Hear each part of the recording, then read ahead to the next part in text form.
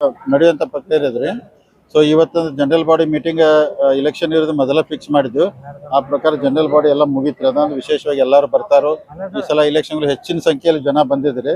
So general body ಸಮಾಧಾನಲೆ Shantala ಮುಗೀತು. ಅದಕ್ಕೆ ಒಳ್ಳೇದಾಯ್ತು. ಅಲ್ಲ, ಇನ್ವೈಟೇಷನ್ ಎಲ್ಲರಿಗೂ ಈಗ ಮೋಸ್ಟ್ಲಿ ಲಕ್ಷ್ಮಣ್ ಸಹೋದರ್ ಬೆಂಗಳೂರಿಗೆ ಹೋಗಿದಾರೆ ಕಾಣ್ತೈತ್ರಿ. ಹಿಂಗೆಲ್ಲ ಕೆಲವು ಮಂದಿ ಉಳಿದಿರ್ಬೇಕ್ರಿ ಯಾವ ಅನೇಕ ಬೇರೆ ಬೇರೆ ಕಾರಣದಿಂದ. ಸೊ ಅದಕ್ಕೆ ವಿಶೇಷ ಜನರಲ್ ಬಾಡಿಗೆ ಎಲ್ಲರೂ ಬರೋದಿಲ್ಲ, ಒಂದ್ಸಲ ಅಬ್ಸೆಂಟ್ ಇದ್ದೇ ಇರ್ತಾರೆ. ಸೊ ಅದಕ್ಕೆ ಜನರಲ್ ಬಾಡಿ ಸಮಾಧಾನ ಮುಗಿತ್ರಿ. ಅಕ್ಟೋಬರ್ 19ನೇ ತಾರೀಕು ಇಲೆಕ್ಷನ್ ಫಿಕ್ಸ್ ಆಗೈತಿ. ಎಲ್ಲ ಕಡೆ ಪ್ರಚಾರ ಮಾಡತ್ತೀರಿ. ಇನ್ನೊಂದು ಕೆಲವೊಂದು ತಾಲೂಕು ಉಳಿದಿದ್ದು ರಾಯಬಾಗ್, ಕಿತ್ತೂರು, ಬೈಲಹೊಂಗಲ, ನಿಪ್ಪಾಣಿ ಅದು 5, 6, 7 ತಾರೀಕು ಅವನು ಆಗಸ್ಟ್ ಒಳಗೆ ಮಾಡತ್ತೀರಿ. ಅಷ್ಟಾತಂದ್ರೆ ಆಲ್ಮೋಸ್ಟ್ ಎಲ್ಲ ತಾಲೂಕು ಮುಗಿತಾವ್ರಿ. ಕೊಲ್ಲಾಪುರ ಜಿಲ್ಲೆಯಲ್ಲಿ ಮೀಟಿಂಗ್ ಇಲ್ಲ, ಅದು ಬೇರೆ ವಿಚಾರಕ್ಕೆ ಯಾವುದೋ ಒಂದು ಪೂಜ್ಯ ಸ್ವಾಮೀಜಿ ಅವ್ರು ಕರೆದಿದ್ರಿ.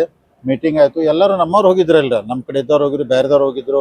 ಅಲ್ಲೆಲ್ಲ ಇಲ್ಲಿ ಬೆಳಗಾವಿದಾಗ ಒಂದಿನ ಹಾಸ್ಟೆಲ್ ಕಟ್ಬೇಕಾದ್ರೆ ಅದು ಚರ್ಚೆ ಆಯ್ತು. ಮತ್ತು ಅಲ್ಲಿ ಸಭೆ ಸೇರಿದಾಗ ಪೊಲಿಟಿಕಲ್ ಚರ್ಚೆಗಳು ಆಟೋಮೆಟಿಕ್ ಆಗೇ ಆಗ್ತಾವ್ರೆ. ಅದಕ್ಕೆ ಅಲ್ಲಿ ಬಂದ ನಂತರ ಮತ್ತು ನಾವು ಅಣ್ಣ ಸಾಹೇಬ್ ಜೊಲ್ಲೆ, ಮಾಂತೇಶ್ ಜೋಡಗೌಡರು ಎಲ್ಲರೂ ಕೂಡ ಅಧ್ಯಕ್ಷರು ಎಲ್ಲ ಒಂದು ಮೀಟಿಂಗ್ ಮಾಡಿದ್ದಾರೆ. ಮೀಟಿಂಗ್ ಮಾಡಿ ಮುಂದೆ ಏನು ಮಾಡ್ಬೇಕಂತೇಳಿ ಅದಕ್ಕೆ ಈಗ ಅಗದಿ ಸಮಾಧಾನಲೆ ಶಾಂತಲೆ ಇಲೆಕ್ಷನ್ ಆಗ್ತಿದೆ. ಒಂದು 2-3 ತಾಲೂಕು ಇಲೆಕ್ಷನ್ ಆದರೂ ಆಗ್ಬೋದು ಅಂತ ಹಿಂಗೆ ಲೆಕ್ಕದಾಗ ಅದು ರೀ. ಎಲ್ಲನೂ ಅನ್ಅಪೋಸ್ ಮಾಡೋಕ್ಕೆ ಪ್ರಯತ್ನ ಮಾಡ್ತೀರಿ. ಯಾವ ಆಗೋದಿಲ್ಲಲ್ಲ ಅವ್ನು ಚುನಾವಣೆ ಮಾಡ್ತಾರೆ. ಆಗಿದ್ದಾರೆ. ಮತ್ತು ಕೆಲವೊಂದು ಕಡೆ ಈಗ ಚುನಾವಣೆ ಜೋರಾಗಿ ಆಗ್ಬೋದು ರೀ. ನೀವು ಅಂದಂಗೆ ಈಗ ಎಲ್ಲರಿಗೂ ನಿಲ್ಬೇಕಂತ ಆಸೆ ಆಗಿದೆ. ಕೆಲವೊಂದು ಕಡೆ ಸಮಾಧಾನಲೇ ಇಲೆಕ್ಷನ್ ಆಗ್ಬೋದು, ಅಂದ್ರೆ ಕೆಲವೊಂದು ಕಡೆ ನಾಮಕೆ ವಾಸ್ತೆ ಇಲೆಕ್ಷನ್ ಆಗ್ಬೋದು, ಕೆಲವೊಂದು ಕಡೆ ಜೋರಾಗಿ ಆಗ್ಬೋದು. ಮತ್ತು ಎಲ್ಲರೂ ಈಗ ಡಿಸಿಷನ್ ನಿಲ್ಬೇಕಂತ ನೀವು ನೋಡತ್ತೀರ. MLAಗಳು, ex-MLAಗಳು, ಬೇರೆ ಬೇರೆ ಎಲ್ಲ ಲೀಡರ್ಸ್ಗಳೆಲ್ಲ ಬರ್ಬೇಕಂತಾರೆ. ಆದ್ರೆ ನಮ್ದು ಏನಿಲ್ಲ ರೀ. ಸತೀಶ್ ಜಾರಕಿಹೊಳಿ ಅವ್ರ ಲೀಡರ್ಶಿಪ್ ಇರ್ಬೋದು, ಪ್ರಭಾಕರ್ ಕೋರೆ ಅವ್ರು ಇರ್ಬೋದು ರೀ, ಲಕ್ಷ್ಮಣ್ ಸವದಿ ಅವ್ರು ಇರ್ಬೋದು, ರಮೇಶ್ ಜಾರಕಿಹೊಳಿ ಅವರು, ಅಣ್ಣಾ ಸಾಹೇಬ್ ಜೊಲ್ಲೆ, ಇದೆಲ್ಲ ಒಂದು ಗುಂಪಾಕಿ ಸೇರಿ ನಾವು ಮೊದಲಿಂದ ಒಂದು ಟೀಮ್ ಮಾಡಿದ್ವಿ. ಅದೇ ಟೀಮ್ ಪ್ರಕಾರ ಹೊಂಟಿದ್ದು. ಆ ಟೀಮಲ್ಲಿ ಏನೂ ಭಿನ್ನಾಭಿಪ್ರಾಯ ಇಲ್ಲ, ವ್ಯತ್ಯಾಸ ಇಲ್ಲ, ಎಲ್ಲರೂ ಕೂಡ ಮಾಡ್ತಾರೆ. ಡೈರೆಕ್ಟರ್ ನೀವು ಅಂತ ಹೇಳ್ತಾರೆ, ಸತೀಶ್ ಜಾರಕಿಹೊಳಿ ಡೈರೆಕ್ಟರ್ ಮತ್ತು ನಿರ್ಮಾಪಕರು ಜೊಲ್ಲೆ ಅವರು ಮತ್ತು ನೀವು ಅಂತ ಹೇಳ್ತಾರೆ. ಏನ್ರಿ ಅಲ್ಲ, ಈ ಒಂದು ಎಲ್ಲದರದ್ದು ಡೈರೆಕ್ಟರ್ ಬರೀ ಅವರೇ ಹೇಳ್ತಾರೆ ಆಕ್ಟಿಂಗ್ ಮಾಡ್ಕೊಂಡು ಇಲ್ಲ. ಅದೇ ಮನುಷ್ಯ ಸಂಕೇಶನು ಹುಕ್ಕಿರಾಗ ಸ್ಟೇಟ್ಮೆಂಟ್ ಇತ್ತಲ್ಲ. ಆದ್ರೆ ಹೇಳಿದ್ದಾರ ಏನಿಲ್ಲ, ಎಲ್ಲರೂ ಡೈರೆಕ್ಟರ್, ಎಲ್ಲರೂ ಪ್ರೊಡ್ಯೂಸರ್, ಎಲ್ಲರೂ ಆಕ್ಟರ್ ಆಗಿರಿ. ಅದಕ್ಕೆ ಎಲ್ಲರೂ ಕೂಡ ಮಾಡತ್ತೀರಿ. ಒಟ್ಟು ಎಲ್ಲ ಡಿಸಿಸ್ ಬ್ಯಾಂಕ್ ನೀವು ನೋಡಿದಂಗೆ ದೊಡ್ಡ ಬ್ಯಾಂಕ್ ಐತ್ರಿ. ಮುಂದಿನ ದಿನಮಾದ ಇನ್ನೂ ಬ್ಯಾಂಕ್ ಗಟ್ಟಿಯಾಗಿ ಉಳಿದು ರೈತರಿಗೆ, ಗ್ರಾಹಕರಿಗೆ, ನೌಕರಸ್ಥರಿಗೆ ಎಲ್ಲರಿಗೂ ಏನು ಒಳ್ಳೇದು ಮಾಡಕ್ಕೆ ಮಾಡ್ತೀವಿ. ಸುಮ್ಮ ಅಪಪ್ರಚಾರಕ್ಕೋ ರಾಜಕೀಯಗೋ ಏನಾರು ಮಾತಾಡ್ತಾರೆ. ಅವ್ರಿಗೇನು ನಾವು ಬಾಯಿ ಮುಚ್ಚಕ್ಕೂ ಆಗೋದಿಲ್ಲ. ಅಲ್ಲ, ನಡೆಯೋ ಒಟ್ಟು ಬ್ಯಾಂಕ್ ಚಲೋ ಐತಿ, ಮುಂದೆ ಚಲೋ ನಡೀತೈತ್ರಿ.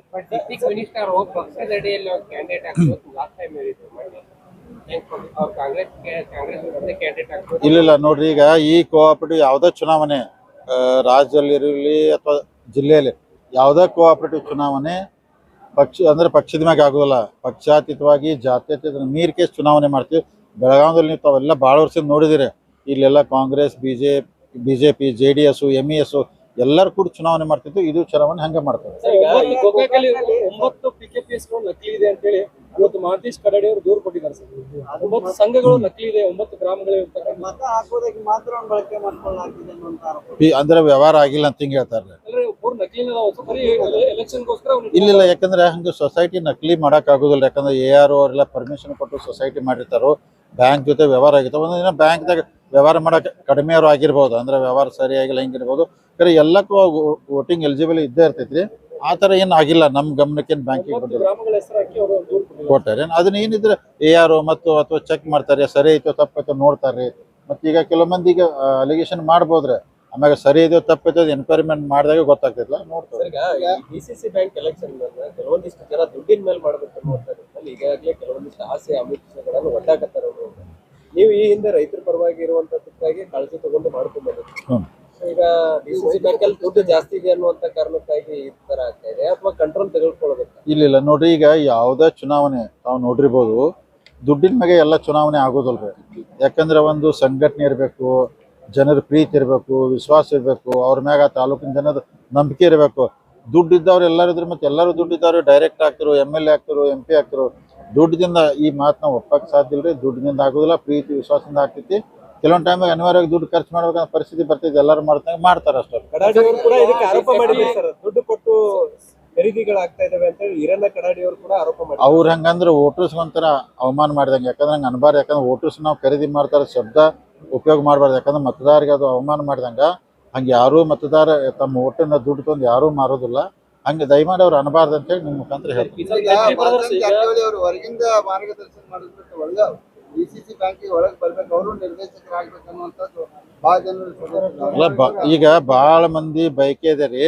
ನಾನು ಮೊದಲೇ ಹೇಳಿದನು, ನಾ DCC ಬ್ಯಾಂಕು ಇಲೆಕ್ಷನ್ ನಿಲ್ಲುವುದಿಲ್ಲ, DCC ಬ್ಯಾಂಕ್ ಅಧ್ಯಕ್ಷ ಆಗೋದಿಲ್ಲ. ಮುಂದಿನ ದಿನಮಾನದಲ್ಲಿ ನಾನು ನಿಮ್ಮ ಮೀಡಿಯಾ ಮುಖಾಂತರ ಸ್ಪಷ್ಟವಾಗಿ ಹೇಳ್ತನು.